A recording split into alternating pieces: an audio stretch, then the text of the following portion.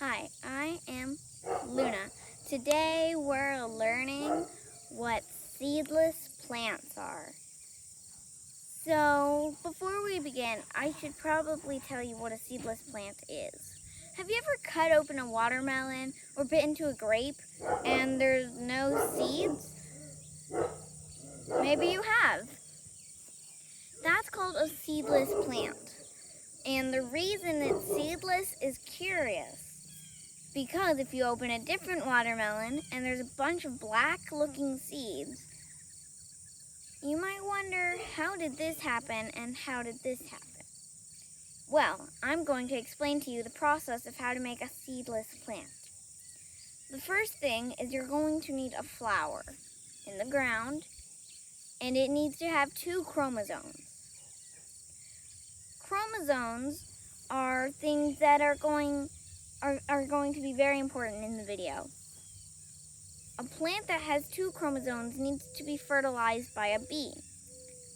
A bee is going to drop a plant or make the flower pregnant, and then it's going to start producing pollen or oranges or apples and fruits and such.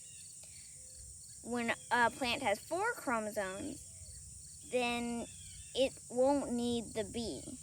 Instead, it'll need the plant that's been fertilized pollen to drop into it, making it pregnant and giving it plants.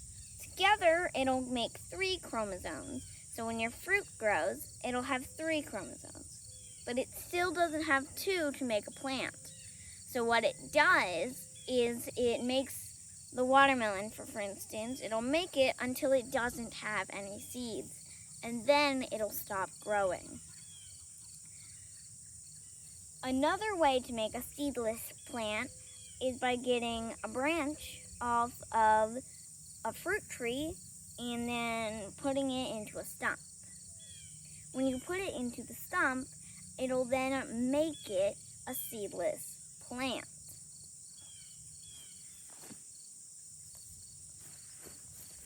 This is a flower, and obviously it's not like a plant, but this flower is a great example. A bee will pollinate this, and eventually it'll create more flowers. But when it has 4 chromosomes and it's a seedless plant, it won't regrow. The seeds that an animal eats will then poop it out, and their scat or poop will regrow this plant. If there are no seeds, it won't reproduce and you'll have less plants. Do you really want to rely on fake fruit? Although, yes, it can be organic, but it can also be terrible. You can't replant, you can't regrow, and Mother Nature can be messed up. And the circle of life, too. The circle of life is animal. It's grow, eat, poop, regrow. If it's cut off and it's just eat, but never regrowing, we will never have the plants anymore. So the good thing you might not have to pick seeds out. The bad thing is you won't have to pick seeds out. Now, I know that sounds weird because the good and the bad thing can be the same, but the bad thing is you want to pick the seeds out in order to replant them. If you don't have to pick seeds out, sure, it might be fun for like one time, but it's not going to be good forever. Have you ever bitten into a grape and seen like white dots at the top? Yeah, those aren't seeds. Those are essentially what could have been what a bee could have pollinated and then grown, like what I just explained, but really it's just dead. Those are dead. Those are dead cells in there. Dead flower cells that could have been good for you, and now they're just gone because they're seedless. Have you ever opened a watermelon and there's only white seeds? That's the 3 chromosomes. It tried its hardest to get those seeds, but then it stopped. It didn't have enough oomph.